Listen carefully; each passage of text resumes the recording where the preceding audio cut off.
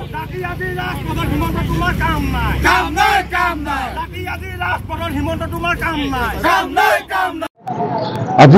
তাৰপৰা কেন্দ্ৰীয় সমিতিৰ আহ্বানত আৰু দুঘণ্টীয়া পৰৱৰ্তী কাৰ্যসূচী গোটেই অসমত আজি পালন কৰা হৈছে। এটা কথা স্পষ্ট যে 2019 চনৰ পৰা আমি তাৰ পৰাই কাৰ বিৰোধিতা কৰি আহিছোঁ আৰু আজিও আমি কাৰ বিৰোধিতা কৰিছোঁ। অসমৰ মুখ্যমন্ত্ৰী হিমন্ত বিশ্ব শৰ্মা ডাঙৰীয়াই যদি অসমৰ দায়িত্ব আৰু 2-3 বছৰ যেতিয়া পাবলৈ হয়, অসমত ভাষা, কৃষ্টি, সংস্কৃতি আৰু অসমীয়া ৰাইজৰ যি ৰাজনৈতিক অধিকাৰ, অৰ্থনৈতিক অধিকাৰ, সেই অধিকাৰ একেবাৰে নস্যাৎ কৰি পেলাব, এইটো কথা একেবাৰে নিশ্চিত।